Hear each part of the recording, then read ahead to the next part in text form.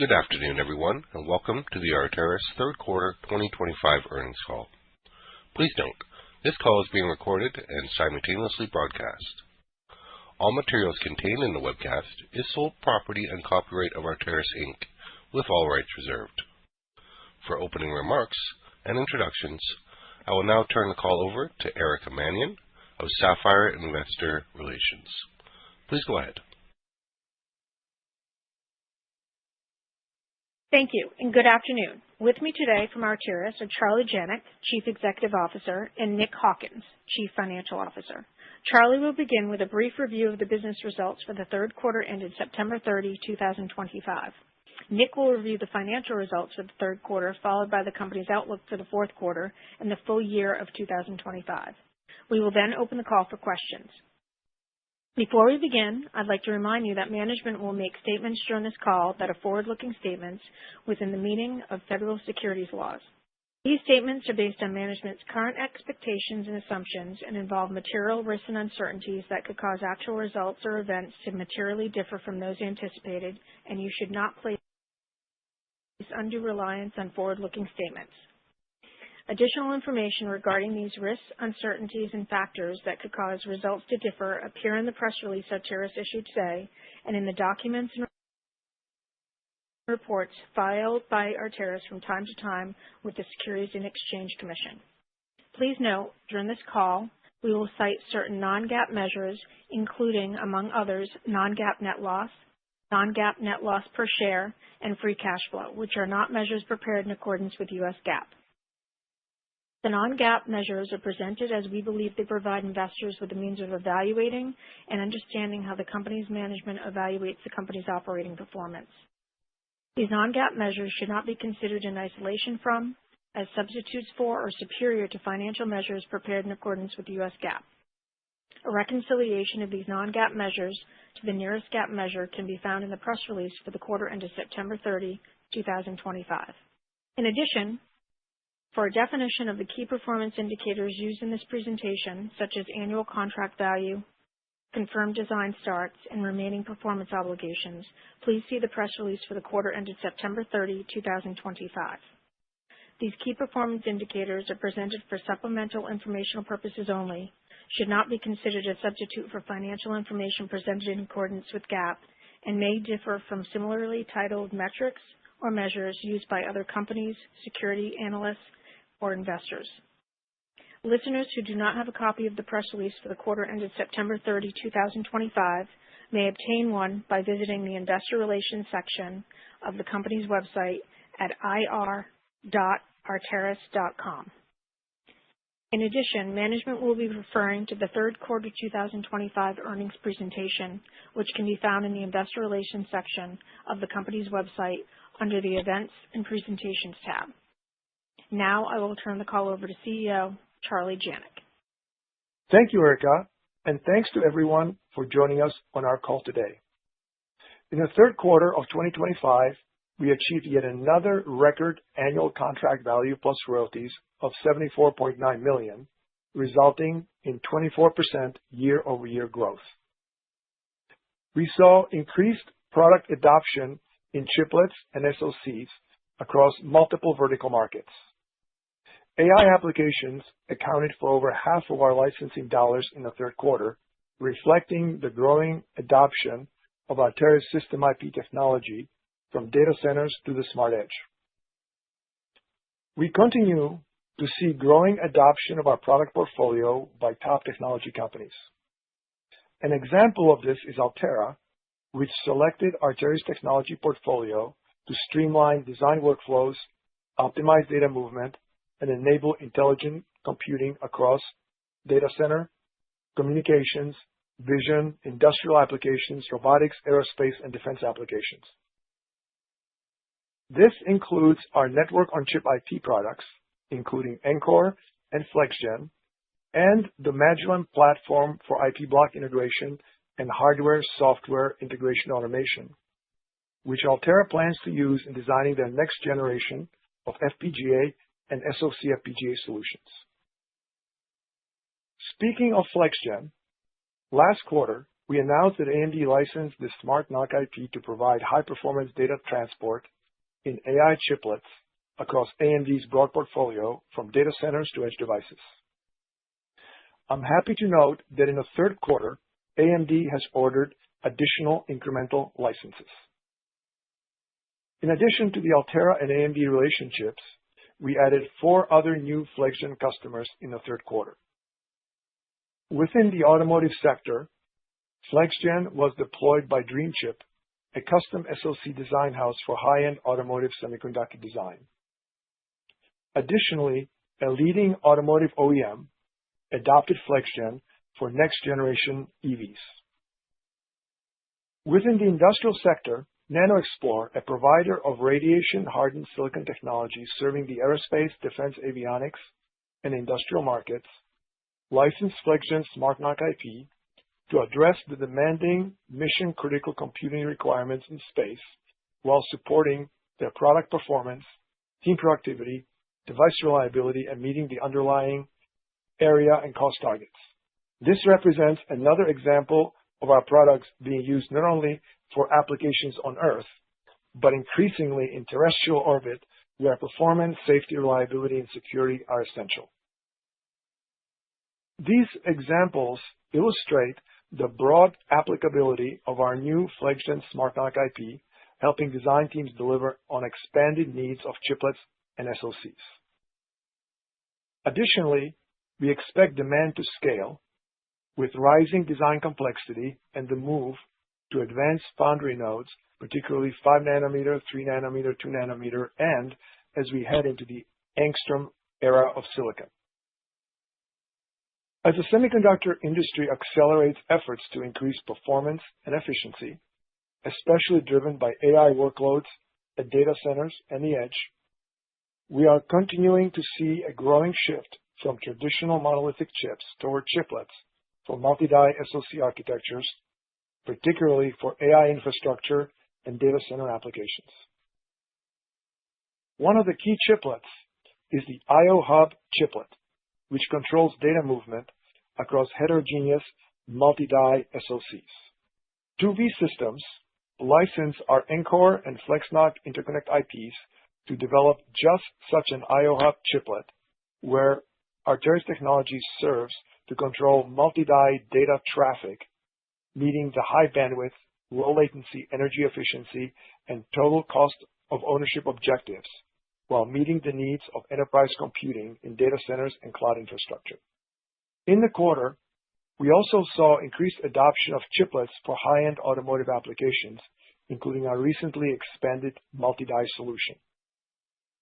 For example, one of our advanced automotive semiconductor customers shifted from a single chip to multi-die SoC architectures for their next generation ADAS design, leveraging Encore and FlexNoC IPs for underlying data movement.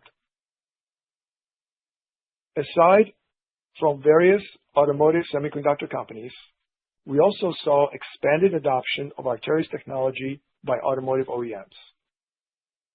2 of the top 5 EV automotive OEM companies expanding their use of silicon-proven Arteris technology with functional safety for their next generation vehicles, which increasingly include a wider array of advanced electronic functionality. Given the accelerating demand for increasingly advanced chiplets and chips, from the AI surge in the high end to the growing needs of advanced microcontrollers, the needs for more specialized computing is becoming increasingly evident. This trend drives a broad range of specialized processors, or XPUs, for a growing number of applications by providers who increasingly rely on Arteris technology for their underlying connectivity and data movement. With our growing ecosystem, we recently announced an expanded collaboration with Alibaba Demo Academy, enabling better integration and optimized performance between their RISC-V CPU cores and our data movement system IPs. This collaboration is intended to further enable mutual customers to more efficiently design edge AI, server communications, and automotive chips. Such ecosystem collaborations help enhance support for end customers, enabling them to accelerate their pace of innovation, with recent example being Accelera AI, a provider of purpose-built hardware acceleration technology for AI inference. They recently expanded the use of Arteris to help accelerate computer vision for edge devices using our technology to help achieve high bandwidth, low latency, and scalability requires to optimize their next generation inference products. The need for ecosystem collaboration is also evident as industry standards continue to evolve. In particular, AI data center infrastructure needs are rapidly evolving, driving demand for purpose-built solutions that can better support rapidly expanding AI workloads. To better meet the associated demand from customers, Arteris joined the Ultra Accelerator Link Consortium, or UA-Link. The goal of this organization is to establish an optimized scale-up ecosystem across multiple AI accelerators, with Arteris NoC IP serving as data movement transport in chiplets and SoCs. We joined with other companies in the consortium, such as AMD, Astera Labs, AWS, Cisco, Google, HP Enterprise, Intel, Meta, and Microsoft, all of whom deal with high-end computing, and some of whom are requesting related support in our products. Lastly, I'm proud that Arteris' continuous innovation was recognized with yet another award, this time as the winner of the Most Innovative Technology Company of the Year by the 22nd Annual International Business Awards, while also being recognized for new FlexGen SmartNoC IP and Magillem Registers integration automation software product, both announced earlier this year. We believe the scale and scope of our opportunity remain robust, supported by our current products and strong pipeline of new data movement system IP technologies, as well as growing relationships with the largest and most advanced electronics companies in the world in collaboration with a broader ecosystem. Our customers continue to innovate in exciting high-growth areas across multiple applications from AI data centers to the edge, autonomous driving, advanced communications, consumer, and industrial use cases. Many of these customers are increasingly turning to our products and solutions to support their innovative designs. With that, I'll turn it over to Nick to discuss our financial results in more detail. Thank you, Charlie, and good afternoon, everyone.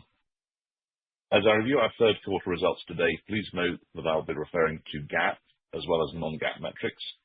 Reconciliation of GAAP to non-GAAP financials is included in today's earnings release, which is available on our website. Also, as a reminder, I will be referring to the 3Q 2025 earnings presentation, which can be found in the Investor Relations section of the company's website under the Events and Presentations tab. We had a strong third quarter, meeting or beating our guidance on all financial measures. Turning to slide 5 of the presentation. Total revenue for the third quarter was $17.4 million, up 5% sequentially and 18% year over year, and above the top end of our guidance range. Notably, trailing 12-month variable royalties was 36% higher year over year. At the end of the third quarter, annual contract value plus royalties was $74.9 million, up 24% year over year, above the top end of our guidance range and at a new record high. Remaining performance obligations, which is our contracted future revenue, at the end of the third quarter was $104.7 million, representing 34% year-over-year increase, a new high and exceeding the $100 million milestone for the first time. Non-GAAP gross profit for the quarter was $15.9 million, representing a gross margin of 91%. GAAP gross profit for the quarter was $15.6 million, representing a gross margin of 90%. Now turning to slide 6. Non-GAAP operating expense for the quarter was $19.5 million. We continue to reinvest a portion of our top-line growth into technology innovations, solution support, and our global sales team. Total GAAP operating expense for the third quarter was $24.4 million. We believe that our ongoing investments will help accelerate our top-line growth in the coming years. At the same time, we are delivering operating leverage by controlling G&A spending, which has now remained broadly flat on a non-GAAP basis for over 3 years. This has resulted in a 15% improvement of non-GAAP operating expense as a percentage of revenue for the year to date compared to the same period in 2023. Non-GAAP operating loss in the quarter was $3.5 million, in line with our guidance. GAAP operating loss for the third quarter was $8.7 million compared to a loss of $7.9 million in the prior year period. Non-GAAP net loss for the quarter was $3.8 million, or diluted net loss per share of $0.09, based on approximately 42.7 million weighted average diluted shares outstanding. GAAP net loss in the quarter was $9 million, or diluted net loss per share of $0.21. Moving to slide 7 and turning to the balance sheet and cash flow. We ended the quarter with $56.2 million in cash equivalents, and investments, and we have no financial debt. Free cash flow, which includes capital expenditure, was positive $2.5 million for the third quarter, above the midpoint of our guidance range. I would now like to turn to our outlook for the fourth quarter and the full year 2025, and refer now to slide 8. For the fourth quarter 2025, we expect ACV plus royalties of $74 million to $78 million, revenue of $18.4 million to $18.8 million, with non-GAAP operating loss of $2.3 million to $3.3 million, and non-GAAP free cash flow of $0.2 million to $3.2 million. For the full year 2025, our guidance is as follows. ACV plus royalties to exit 2025 at $74 million to $78 million, an increase of $1 million compared to our prior guidance. Revenue of $68.8 million to $69.2 million, also an increase of $1 million compared to our prior guidance. Non-GAAP operating loss of between $12.5 million to $13.5 million, and non-GAAP free cash flow of $2.5 million to $5.5 million. We remain encouraged by our strong deal execution, witnessed by the 34% year-over-year growth in RPO at the end of the third quarter. We are seeing promising signs of accelerated interest by some major customers to increase their outsourcing of system IP products to Arteris, which we believe will help accelerate growth in our license and royalty revenue, ACV plus royalties, RPO, and positive free cash flow.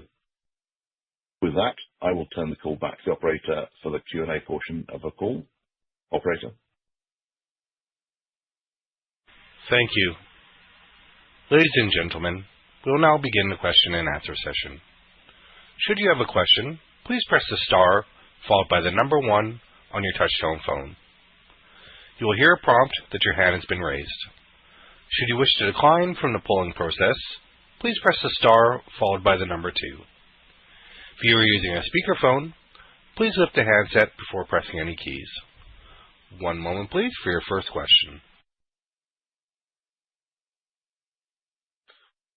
Your first question is from Kevin Garrison from Arteris. Please go ahead.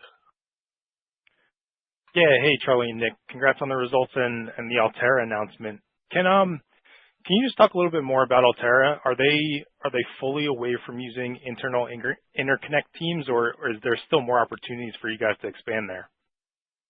I think there's more opportunities. Basically, the application is for FPGAs and FPGA SoCs.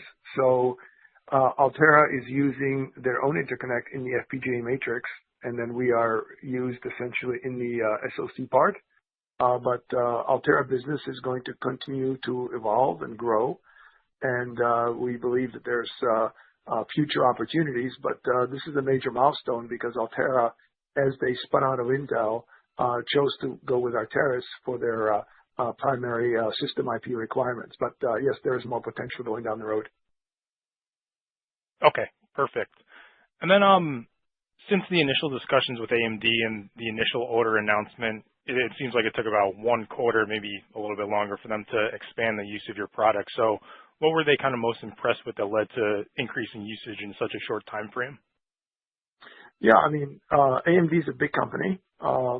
The deal in the second quarter was for their basically their central engineering group, and the third quarter deal was basically for another group.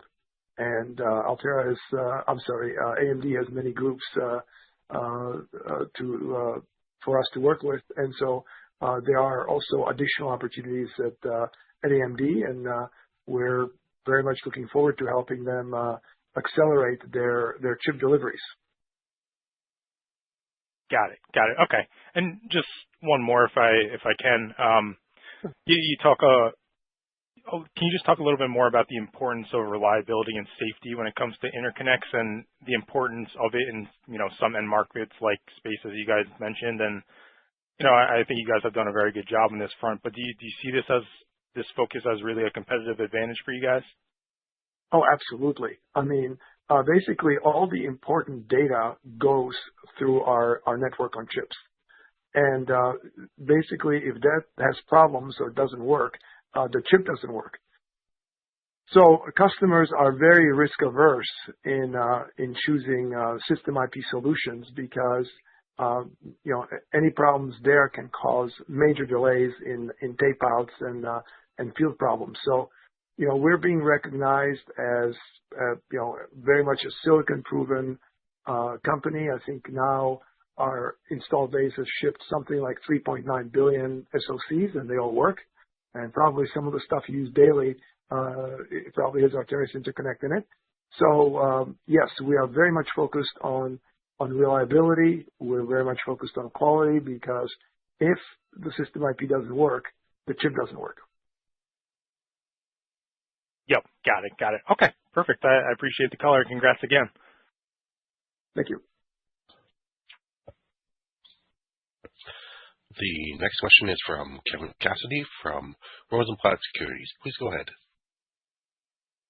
Yeah, thanks for taking my question, and congratulations on the great momentum. Just on the UA-Link consortium, what kind of timing could we expect for licenses to come out of that consortium and some of the players there? Well, some of the players are already customers, but basically the objective of the UA-Link consortium is to essentially scale up data center solutions, and so we're basically developing technology to support that, and we're already involved in some of those designs, but we're basically following that consortium's protocol in order to support the data center scale-up efforts that are pioneered by the companies that we mentioned.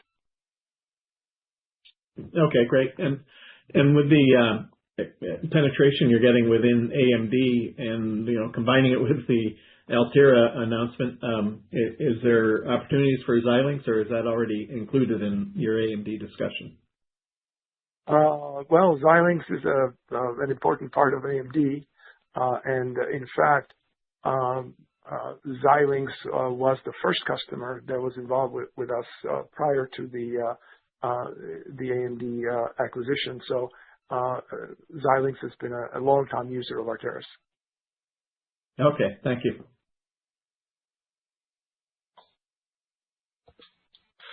Your next question is from Gus Richard from Northland. Please go ahead.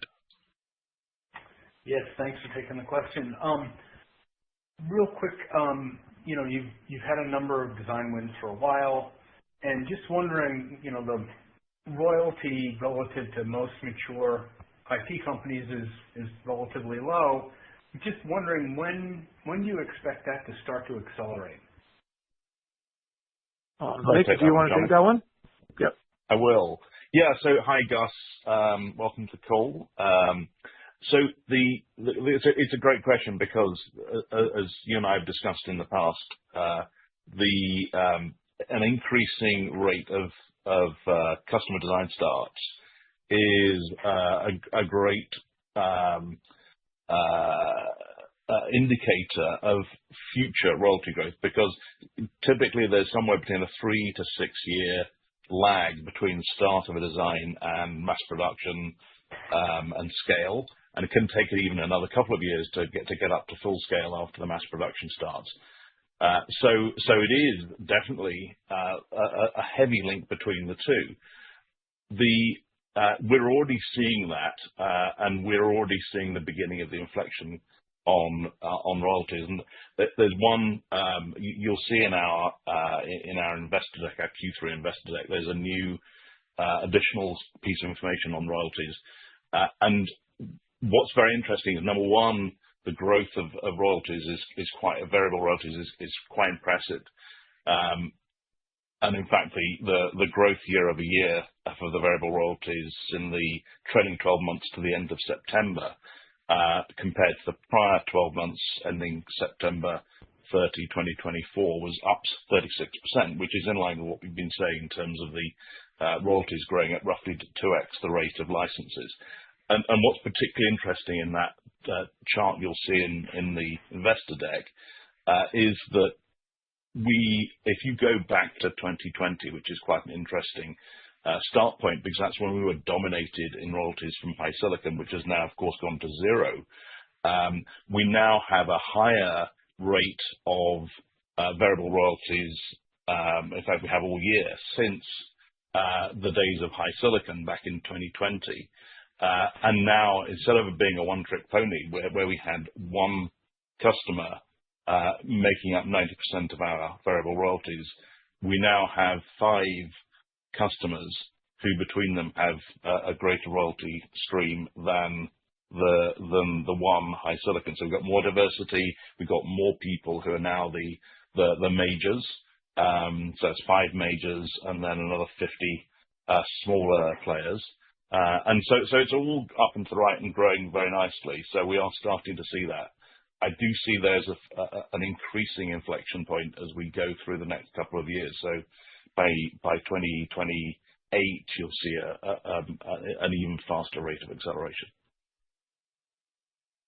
Got it. That was super helpful. And then, Carolyn, for you, you guys talk about the top tech companies that you've penetrated.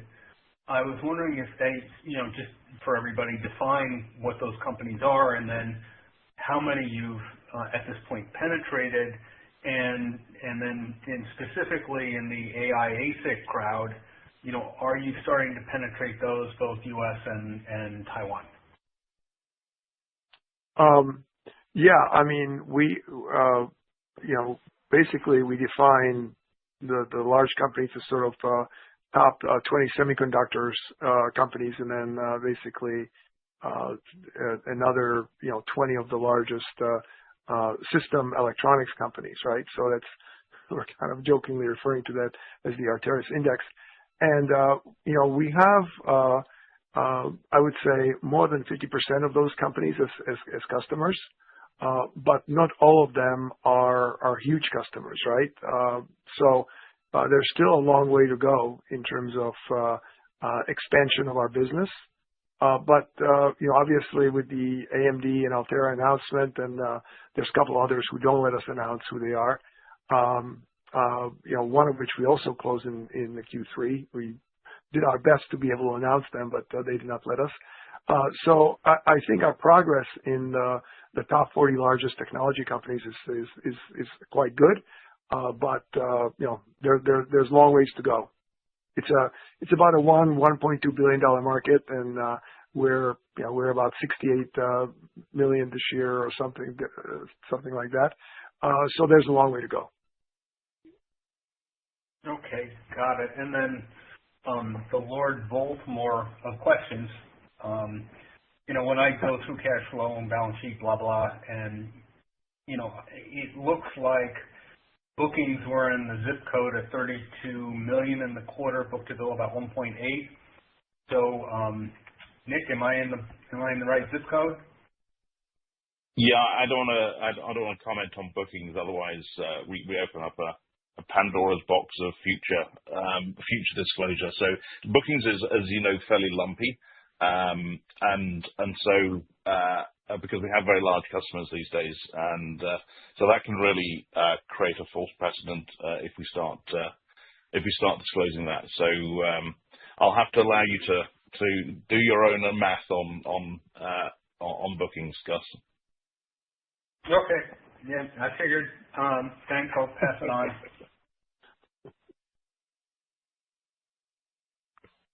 Your next question is from Joshua Buchalter from TD Cowen. Please go ahead. Hey guys, thank you for taking my question. Charlie, I thought your comments in the prepared remarks about seeing more traction from AI applications and specifically in the data center were interesting. Obviously, a lot's happened in the AI space over the last few months. Could you maybe level set us on how much of your opportunity over time you see coming from actually in data center versus edge and embedded devices, where I think that's been your bread and butter for a while? Thank you. Yeah, I mean, basically, our thesis is that over time, pretty much all electronic endpoints or edge devices are going to be connected to the data center. And so for each endpoint or edge device, there is some ratio of blades in the data center.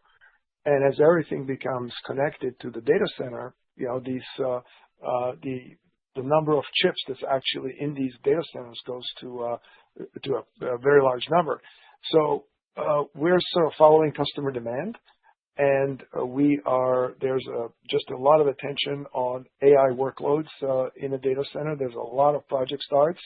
Obviously, NVIDIA is a very, very major player and will continue to be a major player. But some of these system houses are also designing some of their own chips for specific data acceleration of specific workloads. They're working on specific AI workloads and those kinds of things. So we see that as a major opportunity, and we're working with those customers, and we're increasingly starting to pivot our engineering to address the issues that are important to these data center companies, hyperscaler companies that are handling the high-end AI workloads. So over time, I mean, I think data center will be somewhere between 25 to 30%, maybe 35% of our business. But right now, AI represents about 50% of all the design starts that we're involved with. So right now, there's a bit of a design start bonanza, but on a long-term basis, I would expect it to be about probably 35% or so. Thank you for all the color there. Then maybe, Nick, could you provide any comments or color on, it seems like you're getting a lot of good traction from FlexGen, which comes with higher ASP on the royalty, and I'm guessing the licensing side as well. When should we expect that to start being a sort of meaningful needle mover in the model? Thank you both, and congrats again. Josh, just to be clear, are you asking that question specifically regarding royalties or more generally on license revenue? I was more on the royalty side. Yeah, so I mean, FlexGen is accretive to both ASP and therefore license, but it's also accretive to royalties because it has more competence as a product than the more junior, the FlexNoC 5 that doesn't have the automation feature. So yes, if you look at somebody, for example, who's just kicked off a FlexGen cycle or a FlexGen deal with us, and most of those have come from the mid of this year onwards. And now you saw we had another 4 in addition to Altera and AMD in the third quarter. So it very much depends on the use case. There are most of the use cases right now are more in the server and FPGA environment, which don't have huge volumes, as you know. There are some which are more involved in higher volume. We're early stages yet. We do expect a lot more penetration from FlexGen into some of the other areas that are perhaps higher volume. And of course, the biggest royalty area for us, which is about half of our total royalties, is actually from the automotive market. And so if you use FlexGen in automotive, for example, automotive design today, and you start the design, it would be 2030 to 2031 before we started seeing the royalties from that. So there's a lot of pipe stoking going on in royalties from this. Thank you. There are no further questions at this time.